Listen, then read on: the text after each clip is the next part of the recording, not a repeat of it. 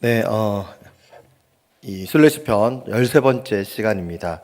총 15편의 순례시편의 이제 끝을 보이고 있는 상황에서 오늘 이제 시편 132편의 말씀을 우리가 함께 읽고 이제 나눌 것입니다.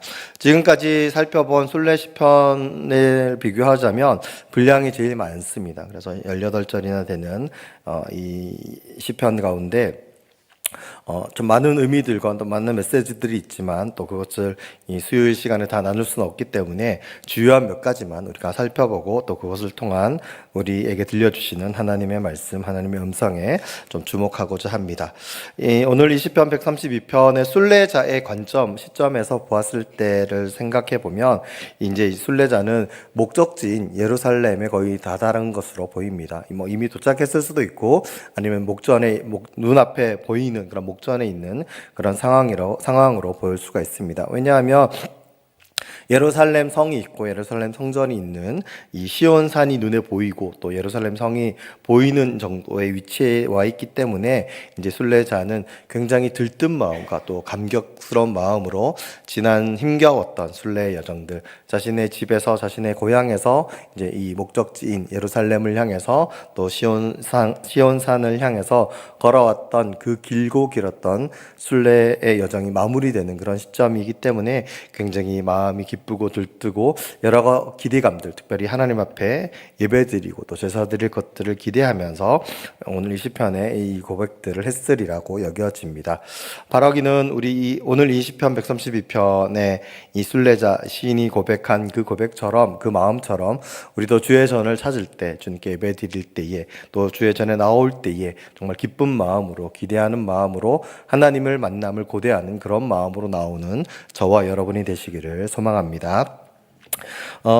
이 시편 130편은 앞서 말씀드린 것처럼 이제 많은 좀 내용들, 그 분량만큼이나 많은 것들을 살펴볼 수가 있는데, 오늘 이 시편 132편에서는 여러 학자들이 이제 이야기하기를 그러니까 이스라엘의 3대 절기에 유대인 성인들이, 이스라엘 사람 성인들이 이 성전을 찾았기 때문에 어떤 절기이든지 어쨌든 세 가지 중에 하나일 텐데, 오늘 시편 132편만 놓고 본다면 아마도 초막절, 장막절이 아닐까라고 그렇게 생각들을 합니다. 유대인의 3대 절기는 이제 유월절과 무교절, 그 다음에 칠칠절 또는 이제 맥추절로 불리는 절기입니다. 그리고 마지막 세 번째가 이제 초막절, 장막절인데, 이 초막절이 가지고 있는 의미는 크게는 두 가지가 있습니다. 첫 번째는 이제 루대력으로 보았을 때 이 초막절은 신년에 해당합니다.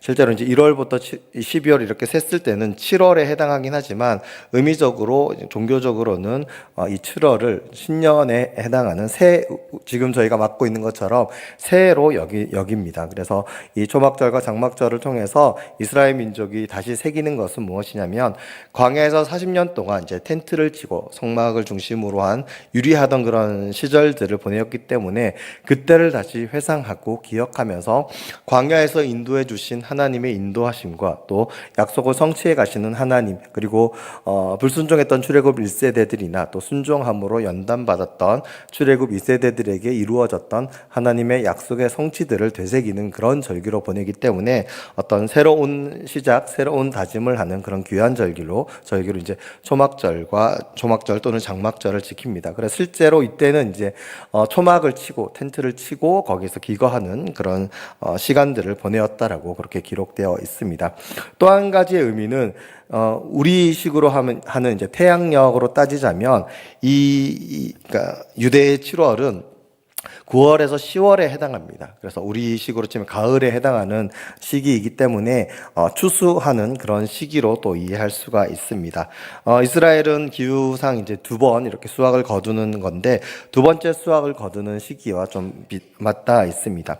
그래서 이 절기 때에는 하나님이 1년 동안 수고한 것에 대한 어떤 열매를 맺어주고 하나님이 필요를 공급해주는 그런 추수의 때와 맞물려 있기 때문에 감사의 의미를 또한 되새겨 볼 수가 있습니다.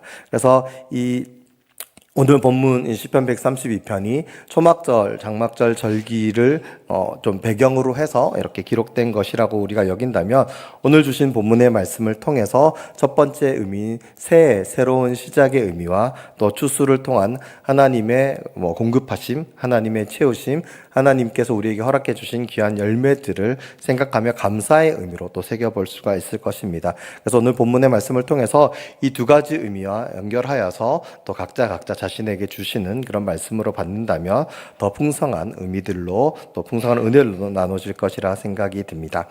오늘 이 시편 132편은 그러니까 구약 성경에 있어서 중요한 여러 가지 어떤 개념들, 주제들이 있는데 그 중에 두 가지가 오늘 본문에 이렇게 담겨져 있습니다. 첫 번째는 이제 다윗 전통이고 또 하나는 이제 시온 전통이라는 두 가지의 전통이 오늘 본문에 분명하게 나타나고 있습니다. 첫 번째로 이제 다윗 전통은 말 그대로 이제 다윗 왕과 관련된 어떤 전통적인 이야기들인데 첫 번째 1절에서 5절을 보면 이 다윗 전통과 관련되어 있는 내용들이 나타납니다. 구체적으로는 이제 사무엘하 6장과 관련된 내용들입니다. 사무엘하 6장을 보면 그러니까 하나님의 임재를 상징하는 여호와의 법궤, 야훼의 법궤가 거처할 것이 없어서 이곳저곳을 이제 돌아다니는 그런 상황들이 사무엘하 6장 이전에 있는 내용들을 보게 됩니다. 심지어는 이제 전쟁에서 승리의 수단으로 승리의 어떤 상징으로 가져갔다가 빼앗겨서 블레셋 지역에 이제 넘어가게 되는 그런 일들마저 빼앗기는 그런 일들마저도 있었습니다. 우여곡절 그때 그것을 이제 되찾았지만 정말 머물 곳이 없어서 여기저기를 이제 돌아다녀야 되는 그런 상황 가운데에서 사무엘하 6장을 보면 다윗이 그 하나님의 언약궤를 다윗성에 이제 모시는 그런 내용들, 하나님의 언약궤가 다윗성으로 이제 돌아오는 그런 내용들. 그래서 이제 우리가 잘 아는 바와 같이 너무 기뻐서 춤추었던 그런 다윗의 모습이 그려져 있는 것이 사무엘하 6장에 있는 내용들입니다. 또 그도 그럴 것이 오늘 본문 1절에서 5절을 보면 다윗이 하나님의 그 언약궤, 하나님의 궤가 이 거처를 마련하지 못하고 있는 상황들을 보고 자신도 편하게 잠을 들 수 없다라는 그런 고백을 합니다.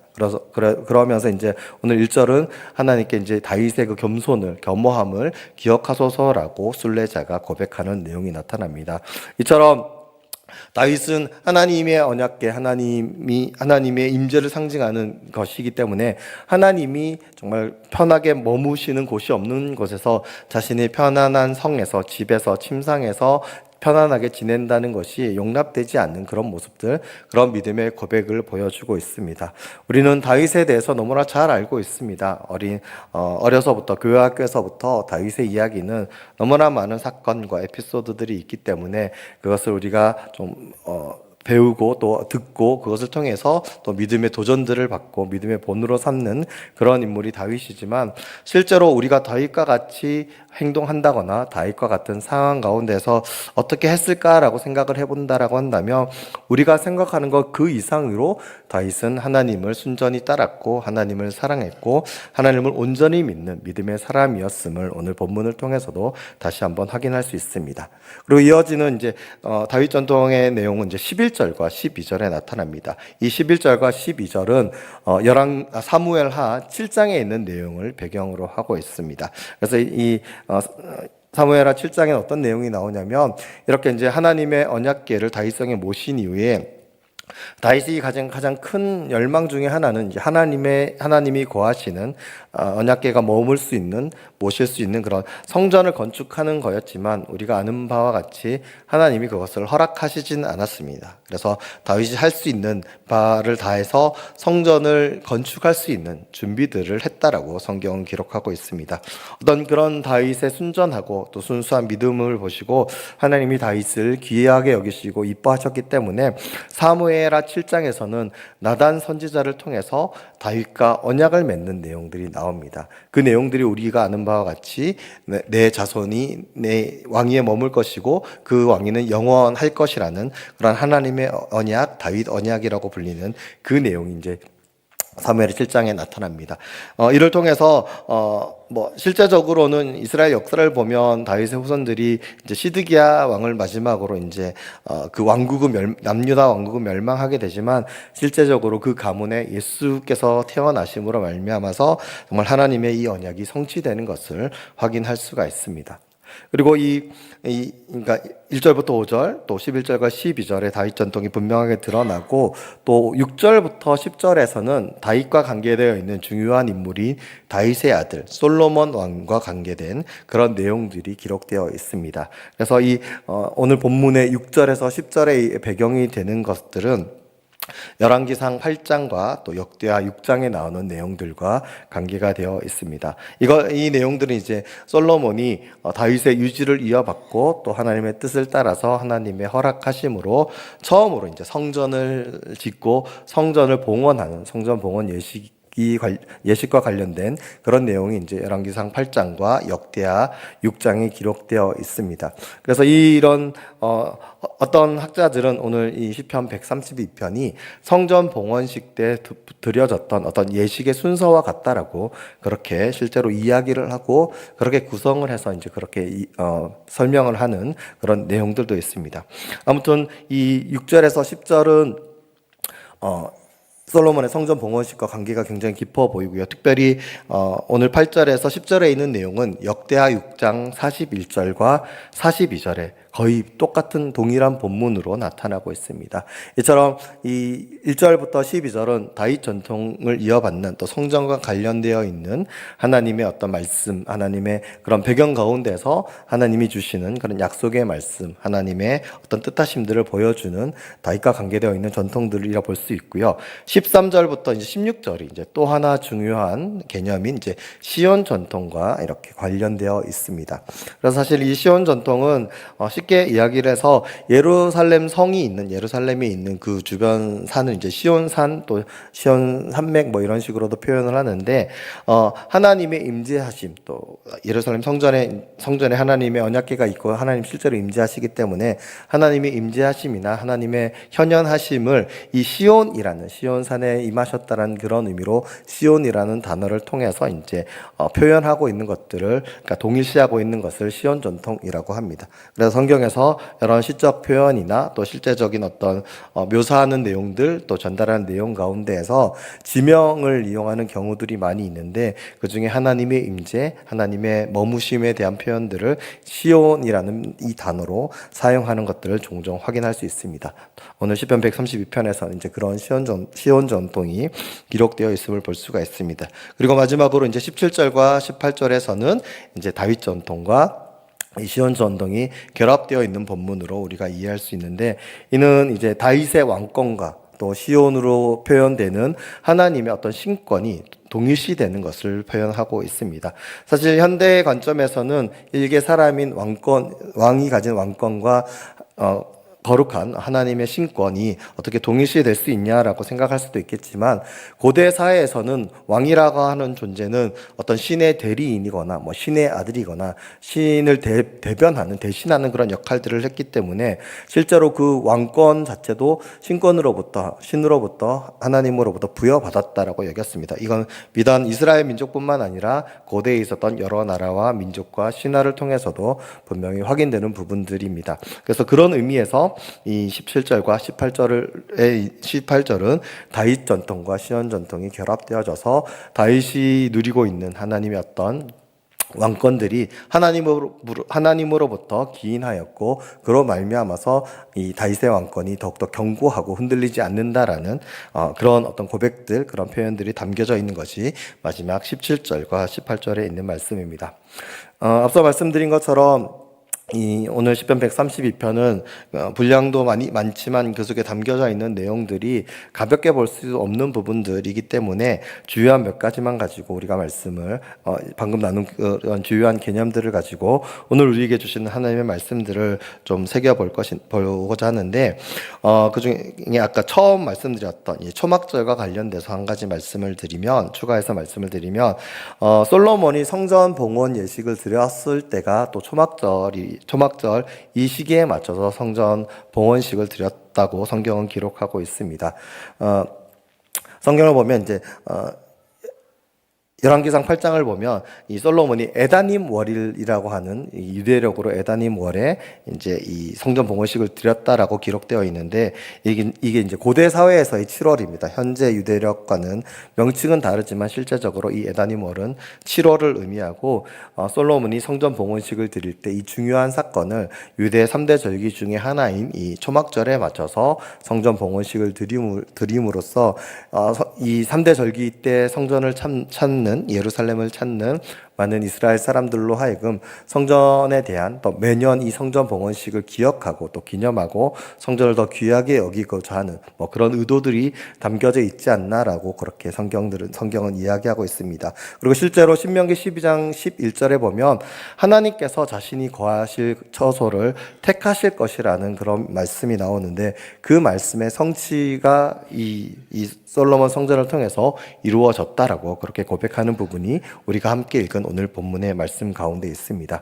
오늘 말씀을 통해서 또 함께 나눈 이 오늘 시편 132편에 담겨져 있는 여러 가지 개념들과 메시지들을 통해서 우리가 오늘 함께 나눴으면 하는 하나님의 메시지는 크게는 두 가지입니다. 첫 번째는 우리는 다윗과 같은 믿음의 사람으로 살아가야 할 것입니다. 다윗이 하나님의 언약궤가 정말 거처가 없어서 헤매는 것을 보고 너무나 불편해하고 너무나 힘들어했던 그런 모습들이나 순전한 마음으로 겸손함으로 하나님의 뜻을 구하고 그 뜻대로 살았던 것들, 그리고 다윗 오늘 11절과 12절을 통해서 너무나 분명하게 나타나고 또 사무엘하 7장을 통해서도 다시금 확인할 수 있듯이 하나님은 다윗에게 언약을 맺으셨습니다. 그 언약이 성취된다라고 분명히 약속하셨고 실제적으로도 그 언약은 성취되었습니다. 예수 그리스도까지 가기 이전에도 하나님이 약속하신 대로 다윗의 자손은 남유다 왕국의 왕으로서 정말 그 명맥들을 유지했던 것들, 20명이나 되는 그 왕들이 왕권들을 이어갔음을 볼 수가 있습니다. 하지만 그들이 그 왕권을 잃어버리고 또 바벨론에 의해서 멸망당하게 되었을 때에 그런 상황들을 본다라고 한다면, 그 역사들을 본다라고 한다면 오늘의 본문의 말씀 가운데 전제되어 있는 하나님이 주신 말씀, 하나님의 주신 그 언약의 말씀을 지키지 않았기 때문에, 그러니까 하나님이 약속을 깨트리신 것이 아니라 하나님이 다윗과 또 이스라엘 민족과 분명히 언약을 맺으셨고 그 언약의 성취에 대한 약속들도 분명히 하셨기 때문에 그것을 유지하기 위해서 약속을 맺은 하나님 말고 또 약속을 맺은 이스라엘 민족이, 하나님의 자녀들이 해야 될 것은 하나님의 말씀을 지키고 준행하는 것, 그것이었습니다. 하지만 그것을 온전히 준행하지 못했을 때, 지키지 못했을 때 그들은 결국 성전이 무너지고 나라가 멸망하는 그런 크나큰 슬픔과 비극을 맛보아야 하였고, 결정적으로 그들은 마지막 순간까지도 자신들이 무엇을 잘못했는지 깨닫지 못하는 어리석은 모습을 보였다는 것입니다.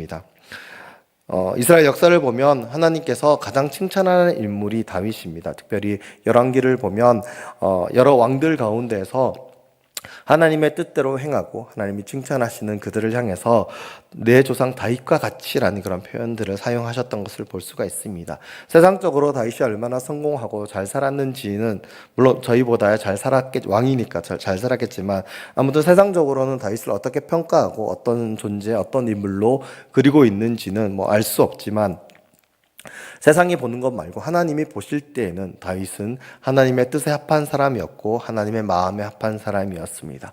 무엇보다 오늘 본문에서 드러나고 또 사무엘서와 성경에 기록된 것처럼 겸손함으로 하나님의 뜻을 구하고 하나님을 온전히 믿기 위하여서 자신의 삶을 드리는, 자신의 삶의 방향을 하나님께로 맞추는 그런 사람이었습니다. 하나님이 임재하시는 언약궤가 거처를 찾지 못할 때에는 자기도 자기의 편안함을 누리지 않겠노라고, 잠을 자지 않겠노라고 이야기하고 고백하고 실제로 그렇게 행동한 것처럼, 하나님의 언약궤가 다윗성에, 자신의 성에 들어왔을 때에는 옷이 흘러내려가는 것을 모른 채 정말 기쁨으로 춤추고 노래했던 그런 인물이 바로 다윗입니다.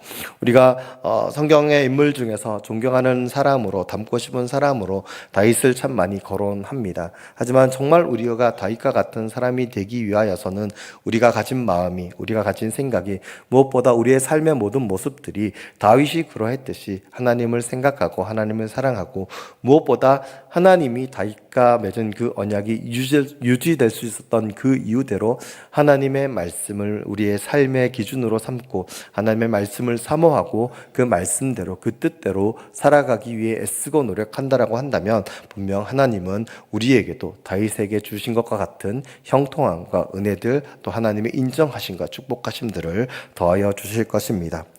또 하나는 오늘 본문의 말씀 또 시온 전통에 대해서 우리가 살펴본다면 시온은 하나님의 임재, 하나님의 거하심을 의미한다라고 말씀을 드렸습니다. 하지만 앞서 말씀드린 것처럼 이스라엘 민족 하나님의 뜻을 따라서 솔로몬이 아름답게 지었던 그 솔로몬 성전은 주전 587년 6세기에 바벨론에 의해서 무너지고 맙니다. 물론 그 다음에 두 번째 성전인 스룹바벨 성전이 재건되고 예수님 시절에도 그 성전에 전형들이 남아 있었지만 로마에 의해서 그마저도 주후 70년경에 사라지고 맙니다. 지금도 이스라엘은 이제 성전 터만 남아있는 그런 상황입니다. 우리 눈에 보이는 가시적인 성전은 그렇게 무너졌습니다. 사람들이 그 성전을 우상화하기도 하였고 그곳에서 하나님을 온전히 예배하고 하나님을 만나지 못하였기 때문에 건물이었던 성전은 무너지고 말았습니다. 하지만 예수 그리스도께서 우리에게 오시고 성령께서 우리에게 임재하신 그 이후에 하나님이 거하시는 거처, 하나님이 머무시는 처소는 이제 건물인 성전이 아니라 우리 자신이 되었습니다. 분명 바울이 고백하고 증언하는 바와 같이 우리 몸이 하나님이 거하실, 성령께서 거하실 거룩한 성전이라고 분명히 이야기하고 있습니다. 만약 우리가 이 바울의 고백을, 바울의 증언을 참으로 믿고 또 그 사실을 믿는다라고 한다면 하나님의 영이 주의 성령이 우리 안에 거하시는 우리가 성전과 같은 그런 존재로 살아가야 한다라고 한다면 오늘 본문에서 말씀하시는 바와 같이 오늘 본문에서 이제 하나님께서 제사장들에게 의의 옷을 입히신다라고 말씀하십니다. 하나님을 믿는 자들에게 구원의 옷을 입히시고 그 원수들에게는 수치의 옷을 입히신다라고 분명히 말씀하고 있습니다.